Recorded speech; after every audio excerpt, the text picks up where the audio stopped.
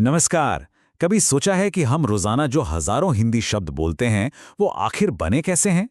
हर शब्द के पीछे ना एक पूरी बनावट, एक पूरा ब्लूप्रिंट छिपा होता है।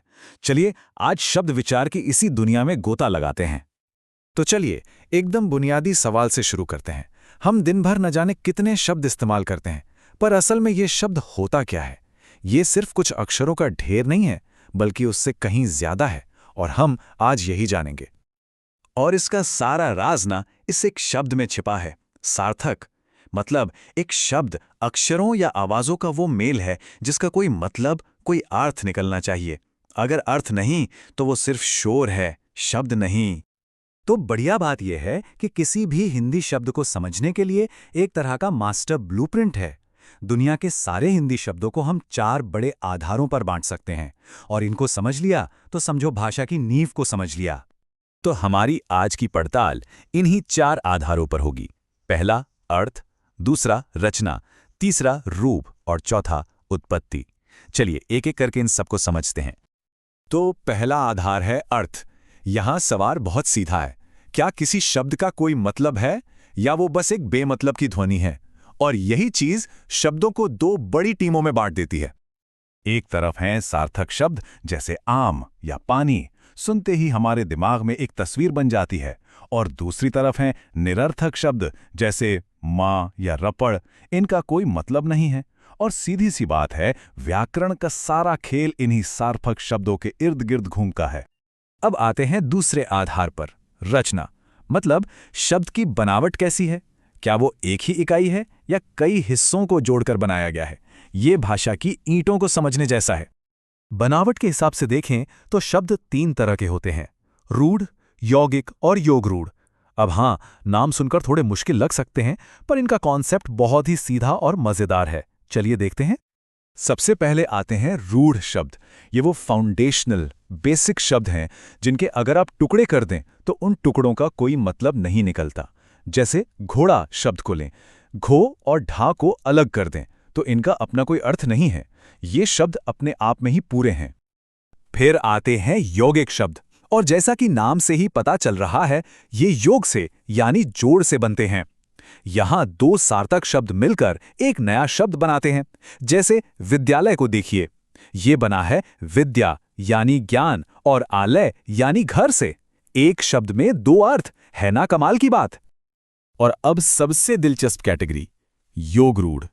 ये शब्द बनते तो यौगिक शब्दों की तरह ही हैं, 2 शब्दों के मेल से, पर इनका एक खास फिक्स मतलब होता है जो इनके शाब्दिक अर्थ से बिल्कुल अलग होता है। जैसे पंकज, इसका मतलब है कीचड़ में जन्मा, पर पंकज शब्द सिर्फ और सिर्फ कमल के फूल के लिए ही इस्तेमाल होता है। चलिए अब चलते हैं हमारे तीसरे पड़ाव पर, जो है रूप के आधार पर। यहां पर सवाल यह है कि क्या कोई शब्द वाक्य में इस्तेमाल होने पर लिंग, वचन या कारक के हिसाब से अपना रूप बदलता है, या फिर वो हमेशा एक जैसा ही रहता है? यहां पर शब्दों की 2 टीमें हैं, विकारी और अविकारी।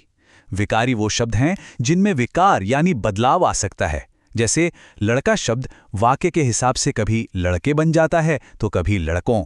वहीं अविकारी शब्द बड़े अड़ियाल होते हैं, वो कभी अपना रूप नहीं बदलते। जरा सोचिए, ऐसे कौन से शब्द हैं जो कभी नहीं बदलते? एडवर्ब्स जैसे आज, कल, अब। कंजंक्शंस जैसे परंतु, इसलिए। या फिर इंटरजेक्शंस जैसे वाह, हाय। आप इन्हें किसी भी वाक्य में फिट कर दीजिए, ये हमेशा एक जैसे ही रहेंगे। और अब हम पहुंचे हैं अपने आखिरी और शायद सबसे रोमांचक वर्गीकरण पर, उत्पत्ति के आधार पर। ये शब्दों की जासूसी करने जैसा है, उनकी जड़ें, उनका इतिहास और उनका पूरा खानदान खोजना कि भाई कोई शब्द आया तो आया कहां से। आपको जानकर हैरानी होगी कि हमारी हिंदी भाषा की पूरी शब्दावली 5 मुख्य स्रोतों से मिलकर बनी है: तत्सम, तद्भव, देशज, विदेशज और संकर। ये 5 मिलकर हिंदी को वो रंग बिरंगा रूप देते हैं जो आज हम देखते हैं। इसमें सबसे बड़ा हाथ तो संस्कृत का है। तत्सम वो शब्द हैं जो संस्कृत से हूबहू बिना किसी बदलाव के हिंदी में आ गए, जैसे अग्नि या रात्रि। और तद्भव वो शब्द हैं जो आए तो संस्कृत से ही हैं, पर समय के साथ और लोगों की जुबान पर चढ़कर थोड़ी बदल गए, जैसे अग्नि का बन गया आग और रात्रि की हो गई रात। शब्दों का ये जो सफर है ना, ये बड़ा दिलचस्प है। आइए कुछ और उदाहरण देखते हैं कि ये बदलाव असल में दिखता कैसे है। ये देखिए कैसे संस्कृत का आम्र धीरे धीरे बदलते बदलते आज का हमारा रसीला आम बन गया, या ओष्ठ का ओंठ हो जाना। ये सब यही दिखाता है कि भाषा कोई म्यूजियम में रखी चीज नहीं है, वो तो जिंदा है और हमेशा बदलती रहती है। और हमारी हिंदी का दिल बहुत बड़ा है। इसने दुनिया भर की भाषाओं से शब्दों को अपनाया है और इन्हीं शब्दों को हम कहते हैं विदेशज। फारसी से आराम शब्द आया, अंग्रेजी से डॉक्टर, तुर्की से लाश और तो और ग्रीक भाषा से दाम जैसा शब्द भी हमारी भाषा में आके बस गया है। और कभी-कभी जब दो भाषाएं मिलती हैं तो संकर यानी हाइब्रिड शब्द पैदा होते हैं। जैसे टिकट घर में टिकट अंग्रेजी का है और घर हिंदी का, या जेल खाना में जेल अंग्रेजी का और खाना फारसी का। ये भाषा में संस्कृतियों के मेल का कितना शानदार सबूत है। तो ये थी शब्दों के पूरे संसार की एक छोटी सी सैर। आइए अब फटाफट से जो कुछ हमने सीखा है उसे एक साथ जोड़कर देखते हैं। तो निचोड़ ये है कि किसी भी शब्द को परखने के लिए बस ये 4 सवाल पूछने होते हैं। क्या इसका कोई मतलब है? ये बना कैसे है? क्या ये अपना रूप बदलता है? और आखिर में ये आया कहाँ से है? बस यही है शब्द विचार के 4 स्तंभ। और अंत में एक सवाल, जैसे जैसे भाषाएं और संस्कृतियां आपस में घुल मिल रही हैं, जरा सोचिए हिंदी के अगले नए संकर या विदेशज शब्द कौन से होंगे?